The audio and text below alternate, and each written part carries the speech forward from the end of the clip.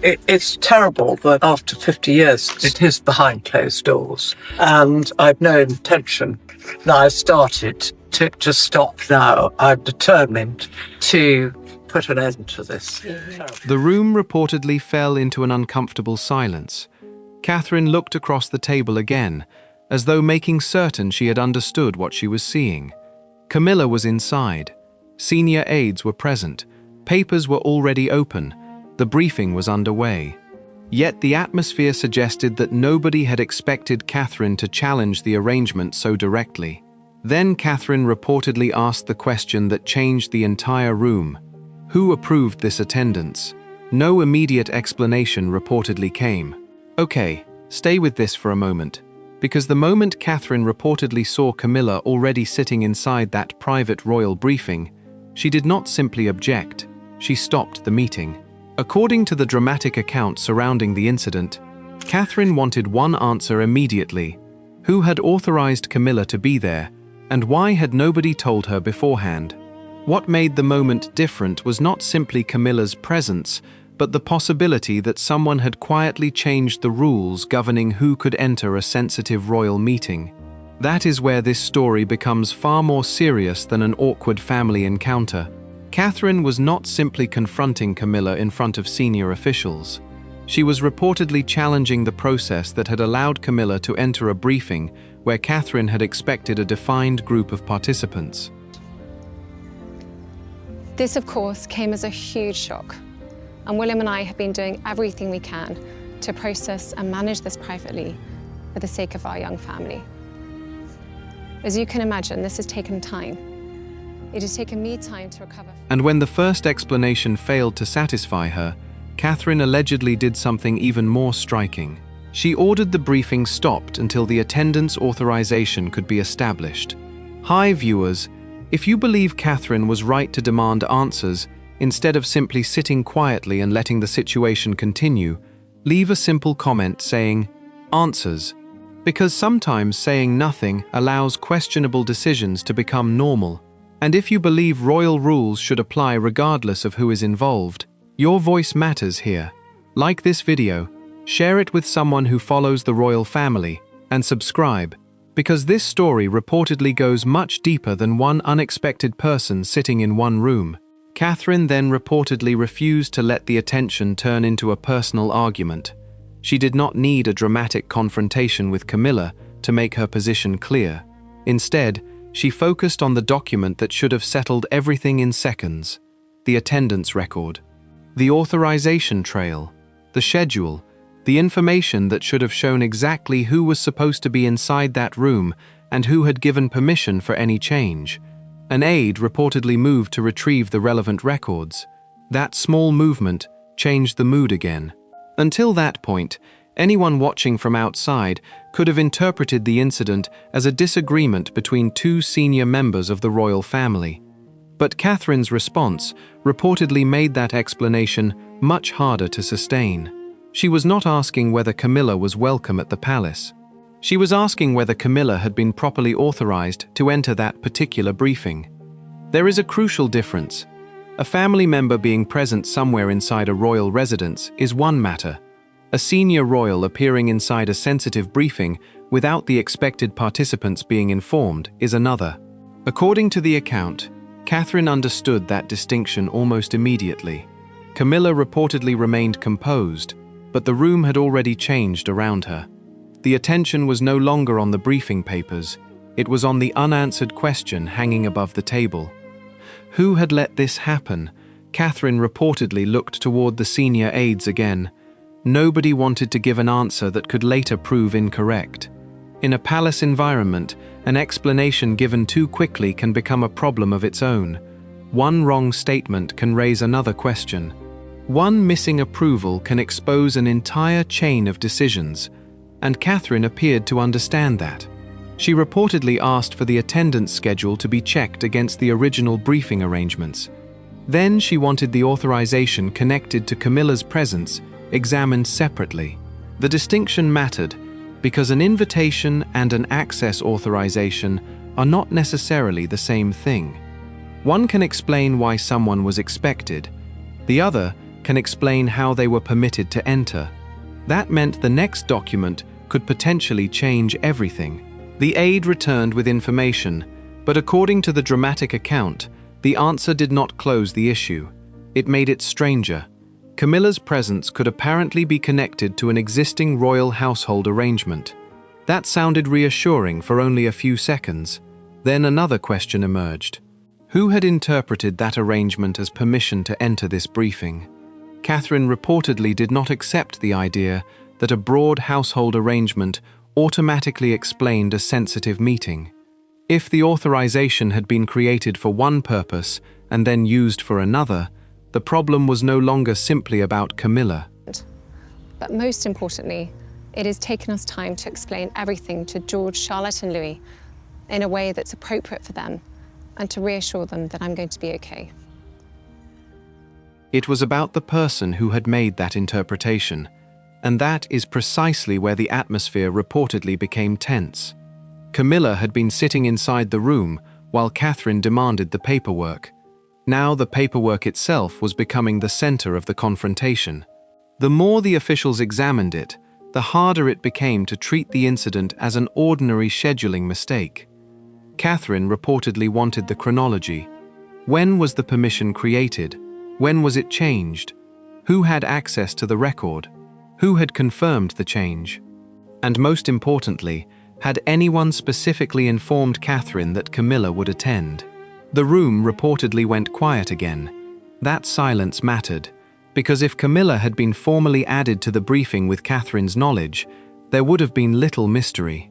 Someone could simply point to the schedule and explain the decision. But according to the account, nobody could immediately do that. Catherine then reportedly made the decision that gave your title its most important meaning. She did not allow the briefing to continue while the uncertainty remained. The meeting was shut down, not because the story proves that Catherine had a personal feud with Camilla, not because the available account establishes that Camilla deliberately entered without permission, and not because every rumor surrounding the royal family should automatically be treated as fact. The dramatic claim is narrower and more revealing.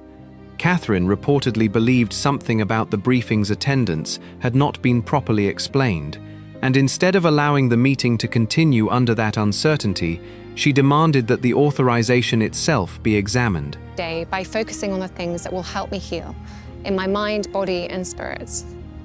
Having William by my side is a great source of comfort and reassurance too, as is the love, support, and kindness that has been shown by so many of you. It means so much to us both.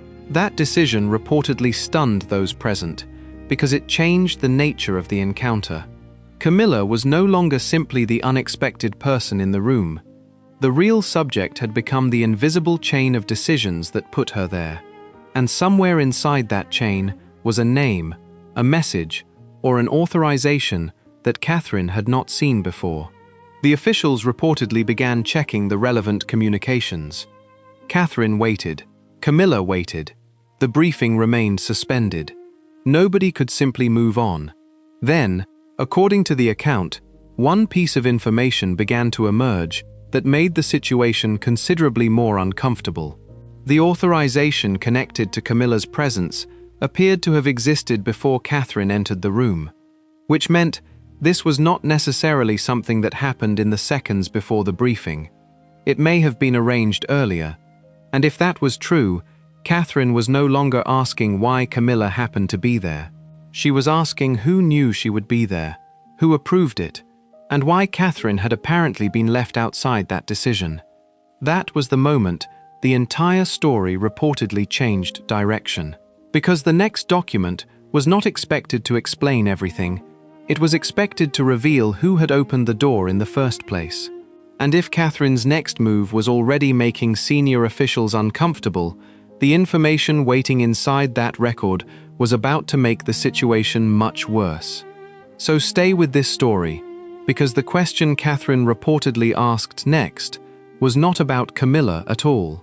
It was about the person who authorized her presence, and that is where this palace mystery reportedly begins to unravel. The first record did not contain Catherine's answer. It contained something more troubling, a gap. The schedule showed the briefing had been prepared for a defined group of senior participants. The attendance list had been circulated through the appropriate channels. Then, somewhere between the original schedule and the final room arrangement, Camilla's presence appeared. According to the account, Catherine wanted the records read in order. No assumptions, no explanations based on memory. The first request, the first approval, the first alteration, and the final instruction had to be placed beside one another. Catherine reportedly focused on one problem.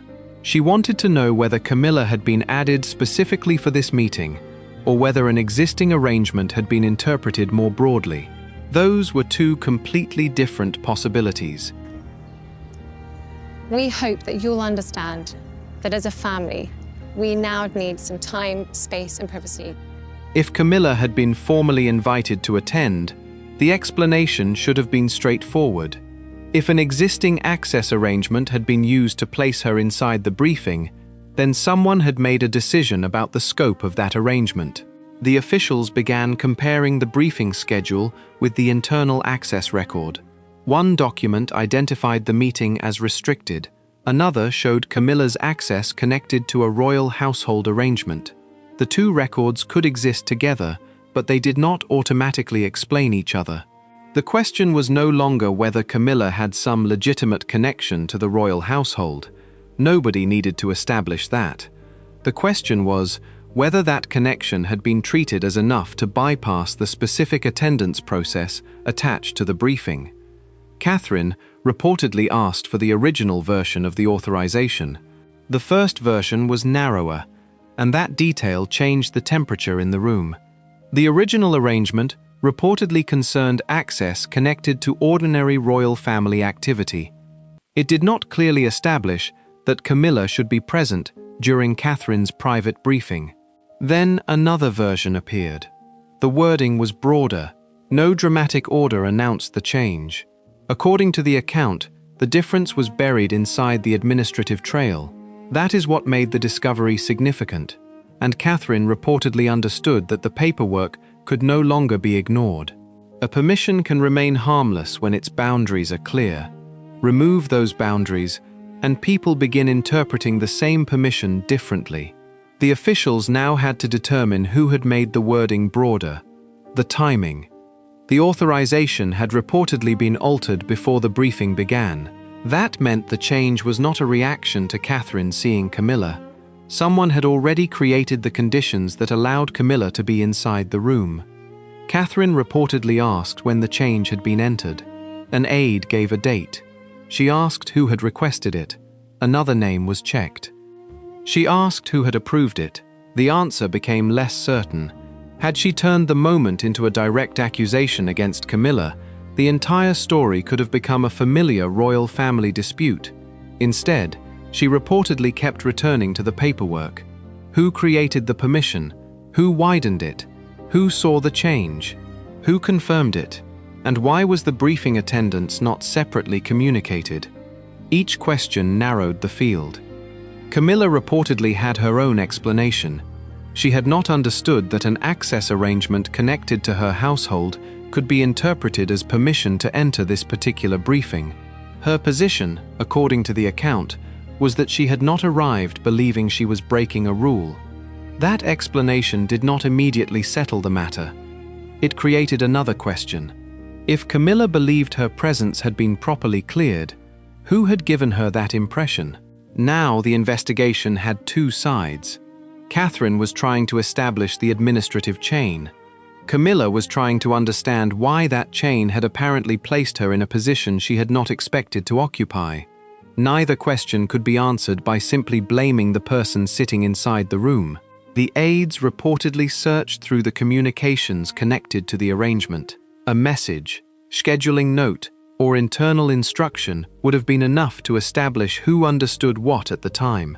But the records did not immediately provide the clean explanation everyone wanted. The records pointed in different directions. The contradiction was small on paper. Its implications were not. Catherine reportedly asked whether the broader access had ever been discussed with the people responsible for the briefing. No clear confirmation was produced. At that point, The story moved beyond a scheduling disagreement. The concern became whether separate parts of the royal household were operating from different understandings of the same permission. Catherine believed the briefing required a clearly controlled attendance list. Camilla appeared to believe her presence had been permitted. The officials were caught between those positions because the documents had not yet established who was responsible for connecting the two. She wanted the access record traced back to the moment it was first created, not the final version, the beginning. That request forced the staff to look beyond the briefing itself. They had to examine earlier scheduling activity, earlier instructions, and the people who had handled the original permission. The search reportedly uncovered something that made the situation harder to dismiss as a simple mistake. The authorization had a history. It had not appeared on the day of the briefing. It had been sitting inside the system before Catherine ever entered the room. That meant the person responsible had not simply reacted to an unexpected situation. Someone had made a decision earlier. The remaining question was why. Catherine reportedly asked for the exact wording used when the authorization was first created. The aide placed the record before her. The first wording was limited. Then came the alteration. One restriction was missing. It was not replaced by an obvious statement granting unrestricted access. The problem was subtler. A boundary that had once been visible was no longer clearly stated. That difference could change how staff interpreted the permission, and now the people around the table had to confront a possibility that none of them had wanted to raise at the beginning. Perhaps Camilla had not been secretly inserted into the briefing at all. Perhaps someone had created a broad enough permission for her presence to appear legitimate. If that was true, Catherine's decision to stop the meeting had uncovered something much larger than an unexpected attendance issue. It had exposed a weakness in the chain of authorization itself. The room reportedly remained tense as the staff continued tracing the record. Then one detail appeared. The person who handled the change was not Camilla, it was not Catherine, and it was not one of the senior figures sitting around the briefing table. The name belonged to someone working inside the administrative machinery that connected royal household arrangements with access procedures.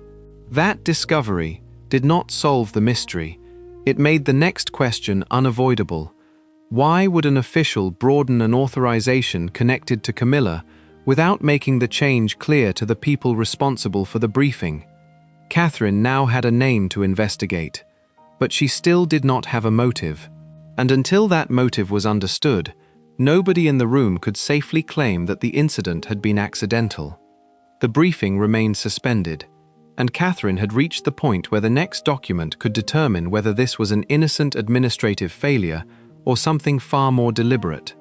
Before that document was opened, the mood inside the room reportedly changed again.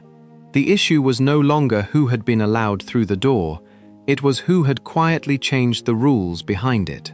If you think Catherine was right to demand that answer, instead of letting the palace bury the issue, do not scroll away or stay silent. Like this video, share it and subscribe, because the next part reveals what the authorization actually changed and why that discovery reportedly made the room even harder to control. The name on the authorization was only the beginning. What mattered was what happened after that person touched the record. According to the account, the official had not created an entirely new invitation for Camilla. The existing permission had been altered in a way that changed how staff could interpret it. That distinction mattered because the same paperwork could produce different consequences depending on who interpreted it inside the palace. That distinction gave Catherine a sharper question. If the original arrangement had been limited, why had anyone widened it? Catherine reportedly wanted the earlier communication that triggered the change. She wanted to know what the official had been asked to do, what instructions had been received, and whether anyone had specifically mentioned the briefing. The first communication reportedly sounded ordinary. It concerned access for royal family activity. There was no obvious instruction saying Camilla should attend Catherine's private meeting. There was no clear message ordering an aide to place her inside the briefing. A second communication reportedly appeared to expand the practical meaning of the original arrangement. The language was administrative rather than dramatic. That made it harder to notice and easier to defend as routine. Catherine reportedly read the sequence carefully. The original permission had a purpose. The later instruction had a wider effect, and nobody had clearly connected that wider effect to the briefing. That was the point at which the situation reportedly became personal for Camilla, even if Catherine was trying to keep it procedural. Camilla was now facing the possibility that an arrangement connected to her household had been altered without her fully understanding what it allowed. If that was true, her presence inside the briefing could have resulted from a decision made by someone else. According to the account, Camilla was asked whether she had personally requested access to the meeting. Her answer was no. She had expected the arrangement to cover ordinary family access, not confidential discussions involving senior members of the royal household. That answer did not clear the matter. It made the authorization trail more important. Catherine reportedly asked a different question. Who told Camilla that she could attend? The answer pointed toward an internal channel. That was significant because it meant Camilla had not simply walked into the room and assumed she belonged there. Someone had apparently created an understanding that her attendance was acceptable. Now the room had to distinguish between three things: what Camilla believed, what the official intended, and what the authorization actually permitted. Those three things were no longer lining up. The officials reportedly began checking the timestamps attached to the relevant communications. The timing mattered. The record reportedly showed the authorization existed early enough to influence later planning.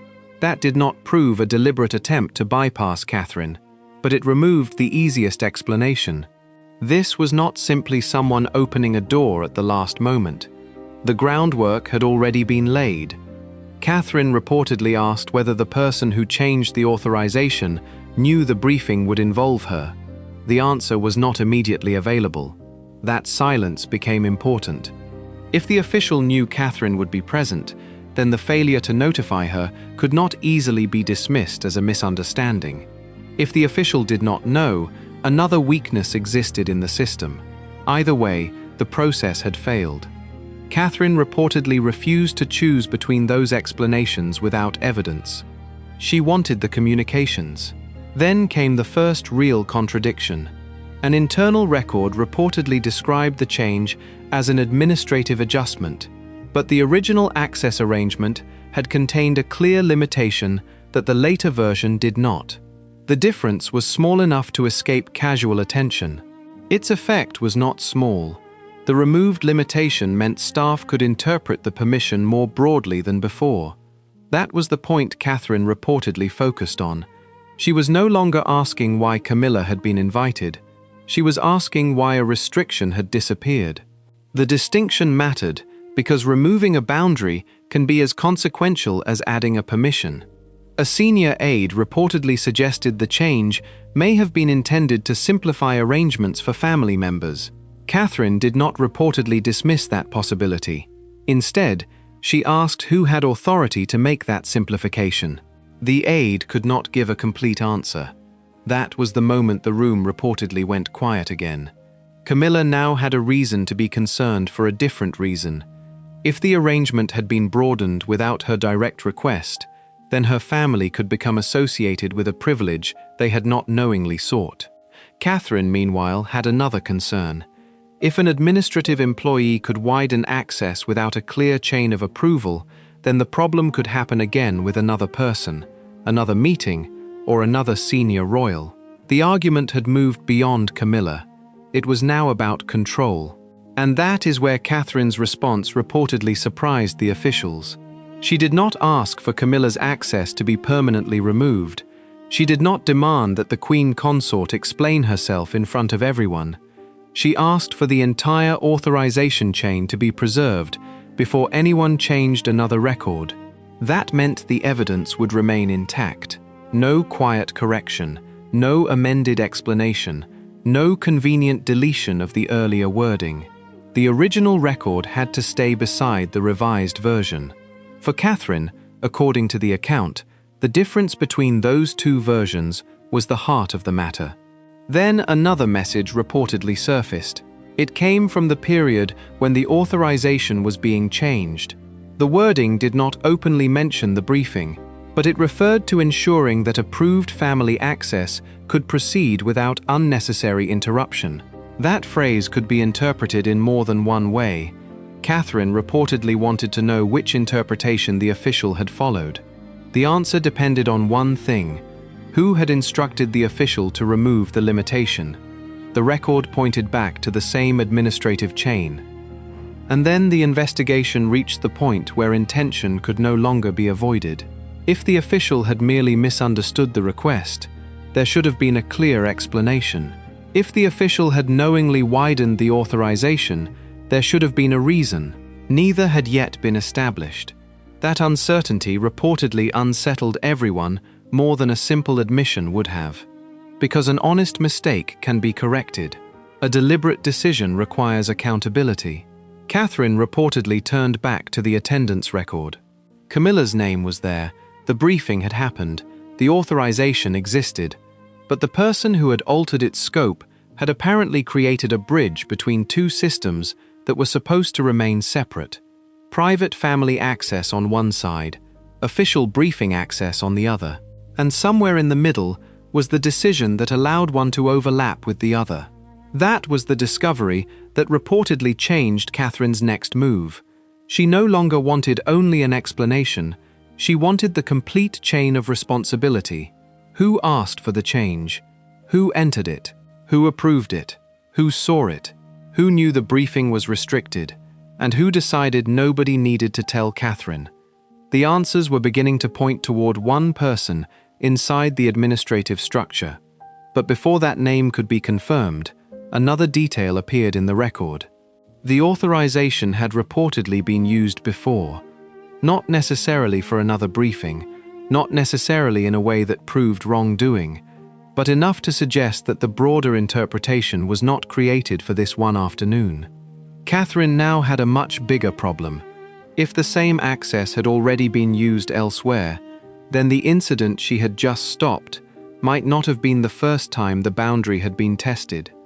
And that meant the next question was no longer who put Camilla inside the room. It was how long the palace had been operating under the same unexplained permission. If you believe Catherine was right to stop the meeting, instead of allowing a questionable access rule to become routine, stay with this story, because the next revelation goes beyond the person who changed the record and exposes what that change may have allowed before Catherine ever saw Camilla inside that room. Catherine did not wait for the palace to decide what the incident meant. She reportedly made the next decision herself. The records were no longer being treated as a routine scheduling problem. According to the account, Catherine wanted the authorization chain examined from beginning to end, with every change preserved and every person involved identified. Catherine wanted to know how a restricted royal briefing could receive an attendance change without the relevant people being clearly informed. The request immediately widened the scope of the review. The staff were reportedly instructed to compare the original schedule with the later attendance record, then compare both with the access authorization. Communications surrounding the change were to be examined alongside the names of the people who handled them. The purpose was simple: find the first point where the process changed, not the point where the problem became visible, the point where it began. By now, the question of Camilla's personal intentions had become secondary. According to the account, Catherine was increasingly focused on the mechanism that had placed Camilla inside the room. That shift also changed how Camilla was viewed. She was no longer automatically the person who needed to explain the entire incident. She had become one of the people affected by a decision made elsewhere. Had Camilla knowingly entered a meeting she was not supposed to attend, or had she been given reason to believe that her attendance had been cleared? The evidence had to answer that. Camilla reportedly gave her account without turning the conversation into an attack on Catherine. She maintained that she had understood the access arrangement differently. That statement mattered because it placed pressure back on the administration. If Camilla had been told her presence was acceptable, someone had created that understanding. If she had misunderstood an informal message, someone still had to explain why the formal record allowed the misunderstanding to survive. Catherine reportedly asked for the communication that had brought Camilla to the briefing. The message was examined. Then another message. Then the instruction behind it. The issue could not be solved by asking Camilla whether she respected Catherine. It could only be solved by determining who had authority to change the conditions of the meeting. That was when the room reportedly became silent for a different reason. The officials understood what Catherine's approach meant. If the review found a serious failure, responsibility could not stop with the person sitting in the room. It could reach the administrative structure that had processed the authorization. Catherine reportedly knew that, and she kept going. She asked whether the same procedure could be used to alter access for another senior royal. If the answer was yes, then the problem was not a single person's presence. It was a weakness in the system. If the answer was no, then someone had to explain why this authorization had been treated differently. Either answer created another problem. That was the pressure Catherine had created by refusing to let the matter become a family quarrel. Then came the point that reportedly silenced the room. The review found that the authorization had not simply existed in isolation. Its broader wording had been used as a basis for access decisions before the briefing. That did not prove that anyone had planned to place Camilla inside Catherine's meeting, but it meant the expanded interpretation had already entered the working routine. The boundary was no longer theoretical. People had begun relying on it. Catherine reportedly asked how many staff members had seen the authorization. The answer was not immediately clear. That uncertainty was itself revealing. An access rule that affects multiple people should leave a clear trail of responsibility. If staff cannot establish who knew about it, then the procedure has already failed before anyone walks through a door. Catherine reportedly ordered the trail preserved. She wanted the original wording beside every later version. She wanted the names attached to each alteration. She wanted the timestamps. She wanted the communications. And she wanted to know whether any senior official had personally reviewed the expanded permission. The request reportedly reached beyond the briefing room. The household offices connected to the authorization had to account for their part in the chain. That was the moment when the issue stopped being something aides could settle quietly among themselves. A formal explanation would now be required. Camilla reportedly understood the change. The investigation was no longer simply asking whether her presence had been appropriate. It was examining whether a procedure connected to her household had been used in a way she had not intended. That distinction did not erase the tension between the two women. It changed its direction. Catherine reportedly asked Camilla one question directly. Did she know that the authorization had been broadened? Camilla's answer was no. The response reportedly left Catherine with a decision. She could treat that answer as another claim to be checked, or she could assume that Camilla knew more than she was saying. According to the account, Catherine chose the first option. That was important. She did not make an accusation without evidence. She demanded evidence. Then she reportedly requested the final communication that connected the broadened authorization to the briefing. That document was the one the officials had been avoiding because it could establish whether the appearance inside the room had been foreseeable. The record reportedly contained a reference to the briefing. For Catherine, that changed the stakes. If that reference had been present when the authorization was changed, then the person responsible could not easily claim they had no knowledge that restricted royal business was involved. If the reference had been added later, someone else had made another change. Either possibility led back to the same administrative chain. Catherine reportedly asked for the official responsible to be identified and brought into the explanation. No one moved immediately. The person would have to explain what they changed and why. And now Camilla was facing another uncomfortable reality. Even if she had entered the room believing everything was approved, her name had become attached to a process that appeared to have moved beyond its original purpose. Catherine reportedly made her position clear. The investigation was not about punishing a family member for using permission that appeared legitimate. It was about preventing any royal household from receiving unexplained access to restricted proceedings. That sentence reportedly changed the atmosphere. The confrontation had started with two women occupying the same room. It had become a test of whether palace procedures could survive personal relationships. And Catherine's answer appeared to be yes, but only if the rules were strong enough to withstand them. She then made the move that reportedly surprised everyone most. Instead of asking for a special restriction aimed at Camilla, Catherine called for the access standard to be examined across senior royal households. The same principle would have to apply to everyone: Camilla's family, Catherine's family, William's family, any future household connected to the crown. No one could receive automatic access to sensitive working areas simply because of personal proximity to a senior royal. That proposal changed the argument completely. It removed the appearance that Catherine was trying to defeat Camilla. It made the issue about consistency. And consistency was much harder for anyone in the room to oppose. According to the account, the officials understood that Catherine had moved beyond the original briefing. She was asking for a rule that would survive the people involved in this particular dispute. But one question remained. Who had made the original change, and what would happen to that person once the review was complete? The answer was sitting inside the final authorization record. Catherine reportedly asked for it to be opened, and when the name and the reason attached to the change were finally placed before her, the explanation was not what anyone in that room expected.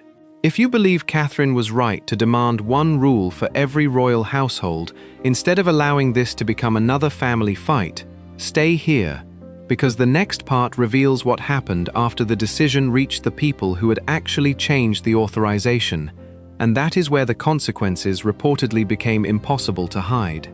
The final record changed the meaning of the confrontation. According to the account, the authorization did not carry a dramatic instruction ordering anyone to place Camilla inside Catherine's briefing. Instead, the decisive problem was buried in the way the permission had been broadened. A limitation had disappeared, and staff were left to interpret the wider wording. That meant the incident had grown from one administrative decision. The person responsible had reportedly treated the change as routine.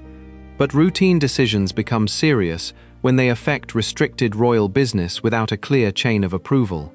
Catherine reportedly insisted that the original version remain intact. The later wording had to be compared against it, not quietly replaced. That mattered because the difference between the two versions showed where the boundary had moved. The official responsible was then required to explain the change. The explanation reportedly centered on convenience. The wider permission had been intended to reduce repeated checks and make family access easier. There was no clear claim that the official had intended to create a confrontation with Catherine or deliberately place Camilla inside a sensitive briefing. But intention could not erase the consequence. The authorization had been interpreted broadly enough for Camilla to be inside a meeting Catherine believed required controlled attendance. That was the failure Catherine had reportedly been trying to establish from the beginning. Camilla, according to the account, was not treated as the person who had engineered the administrative change. Her position remained that she had believed the access was properly arranged. That did not make the incident disappear. It made the administrative failure more important. Catherine reportedly accepted that distinction. She did not need Camilla to admit wrongdoing before the procedure could be corrected. Instead, the focus shifted to what would happen next. The authorization was reportedly suspended while the access rules were reviewed. More importantly, the same principle was proposed for every senior royal household. That meant no family member would automatically receive access to restricted working areas simply because of a personal relationship with a senior royal. The rule would not be written only around Camilla. It would apply to Catherine's relatives. It would apply to William's relatives. It would apply to every future household that might face the same problem. That was the move that reportedly changed the emotional balance of the story. Catherine had begun by stopping a briefing after seeing Camilla inside. She ended by forcing attention onto a rule that could affect everyone. The original confrontation could have remained a private disagreement between two women. Instead, the account turns it into a question of consistency. If a rule is necessary, it has to survive personal relationships. If access requires approval, that approval has to be traceable. And if an authorization changes, the people responsible for the meeting need to know. Those principles sound simple. The incident showed why simple rules can become complicated inside a large institution. Camilla's family connection could not automatically determine access. Catherine's position could not automatically determine access either. The same standard had to apply across the board. That was why the person responsible for the authorization could not simply correct the record and move on. According to the account, responsibility for visitor access was removed from that official while the broader procedures were reviewed. The point was not the punishment, it was the message. A change that appears minor on paper can carry consequences far beyond the person who enters a room. The palace then had to deal with the question that Catherine's intervention had exposed. How could senior officials be certain that a person inside a sensitive meeting had actually been approved for that meeting? The answer became stricter attendance controls. Private family access would be separated from official briefing access. Attendance would need clear confirmation. Changes would need a visible authorization trail, and permissions would have to identify their limits instead of leaving staff to infer them. That reform mattered because the original confusion had been created by interpretation. One person saw an access arrangement. Another person saw a wider permission. Catherine saw a restricted briefing. Camilla believed she had legitimate authorization. The system had allowed all of those interpretations to exist at once. That was the real danger, not the presence of one person, not the disagreement between two royals. The danger was an unclear rule being treated as clear. The briefing itself was eventually able to resume under tighter attendance arrangements. According to the account, the room was checked, the participant list was confirmed, and the meeting proceeded. But the atmosphere could not simply return to what it had been before Catherine stopped it. Everyone now understood that the original question had exposed something worth fixing. Catherine had not merely asked why Camilla was there. She had forced the people around her to explain the mechanism that had brought her there. That difference is why the title matters. Catherine shut down the royal briefing after spotting Camilla inside, describes the visible moment. Her next move silenced everyone, points to what happened after the confrontation. Her next move reportedly took the dispute away from personalities and toward accountability. That is also why the story should not be reduced to Catherine versus Camilla. The stronger interpretation is that Catherine challenged an unexplained process. Camilla became caught inside that process. The officials became responsible for explaining it, and the palace was forced to consider whether its own rules were precise enough. For Camilla, the incident reportedly carried another consequence. Her family could no longer rely on broad assumptions about access. Future visits would have to be clearly defined, with private family activity separated from official royal business. That was uncomfortable, but it also removed the ambiguity that had created the problem. For Catherine, the result was different. She had made it clear that a private relationship could not quietly override the requirements of a sensitive briefing. For the institution, the lesson was larger. Access is not just about opening a door. It is about who authorized the opening, what purpose the permission serves, how long it lasts, and whether everyone who needs to know has been told. The final image is not Catherine and Camilla facing one another. It is the briefing room after the argument. The attendance list is clear. The authorization has been reviewed. The boundaries are defined. The meeting can finally continue. And that is what makes the opening moment so important. Catherine reportedly did not shut down the briefing because she wanted the room to become louder. She shut it down because something inside the room could not be explained. Once that happened, continuing as though nothing was wrong would have meant accepting the uncertainty. She refused. That refusal became the central decision of the entire account. And if there is one question left for viewers, it is this: was Catherine right to stop everything until the authorization was explained, or should the briefing have continued while the palace investigated privately? Leave that answer in the comments. If this story made you question how much power can hide inside one administrative decision, do not just watch and move on. Like this video, share it, and subscribe to this channel if you believe unexplained decisions should be challenged instead of quietly accepted. Turn on notifications, because the next royal story coming to this channel goes even further, and if you choose silence when the next controversy unfolds, you may never know what was happening behind the decision that everyone was told to accept.